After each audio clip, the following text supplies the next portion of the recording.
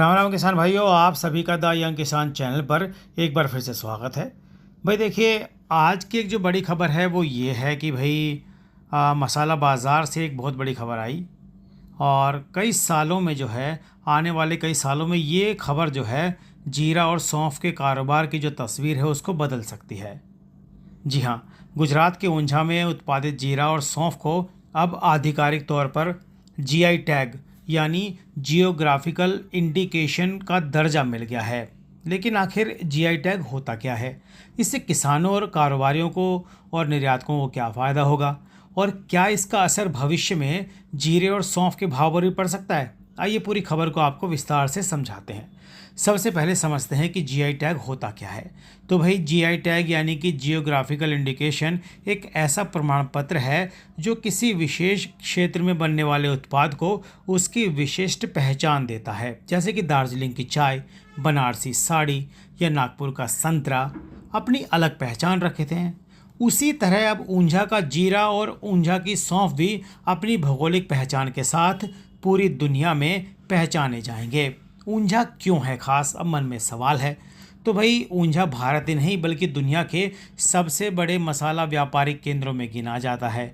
दुनिया की सबसे बड़ी जीरा और सौंफ और मेथी की मंडी है। इसबगोल की मंडी भी जो है ऊंझा ही है। तो यहाँ बड़े पैमाने पर जीरा, सौंफ, मेथी, इसबगोल, अजवाइन इन सभी का जो है कारोबार होता है। गुजरात देश के प्रमुख मसाला उत्पादक राज्यों में शामिल है और ऊंझा मंडी पूरे देश के मसाला व्यापार की दिशा तय करने में अहम भूमिका निभाती है। जीआई टैग मिलने के क्या फ़ायदे हैं?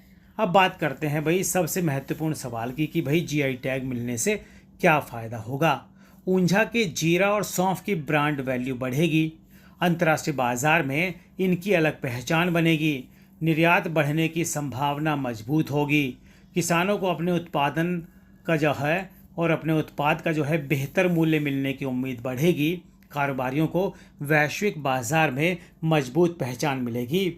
और सबसे बड़ी बात, अब कोई दूसरा क्षेत्र या देश ऊंझा जीरा या ऊंझा सौंफ के गलत इस्तेमाल नहीं कर सकता, यानी कि इनके नाम का गलत इस्तेमाल नहीं कर सकता। यानी कि इस नाम को अब कानूनी सुरक्षा मिल गई है। इस जीआई टैग को हासिल करने के लिए कई संस्थाओं ने मिलकर काम किया। इनमें प्रमुख है ऊंझा एपीएमसी, गुजरात सरकार का बागवानी एवं किसान कल्याण विभाग, सरदार कृषि नगर दंतीवाड़ा कृषि विश्वविद्यालय, भारतीय उद्यम विकास संस्थान। इन सभी के संयुक्त प्रयासों के बाद ये उपलब्धि भारतीय जीरा को जो है ऊंझा के जीरा को मिली है। अब सबसे बड़ा सवाल है कि भाई क्या इससे जीरा और सौंफ के भाव बढ़ जाएंगे?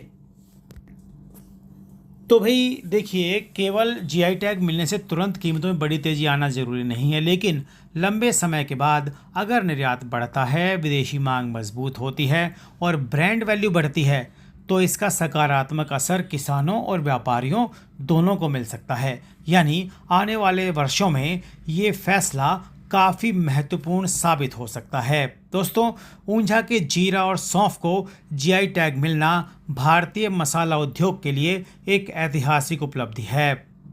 इससे भारत की वैश्विक पहचान और मजबूत होगी और किसानों को भी भविष्य में बेहतर अवसर मिल सकते हैं।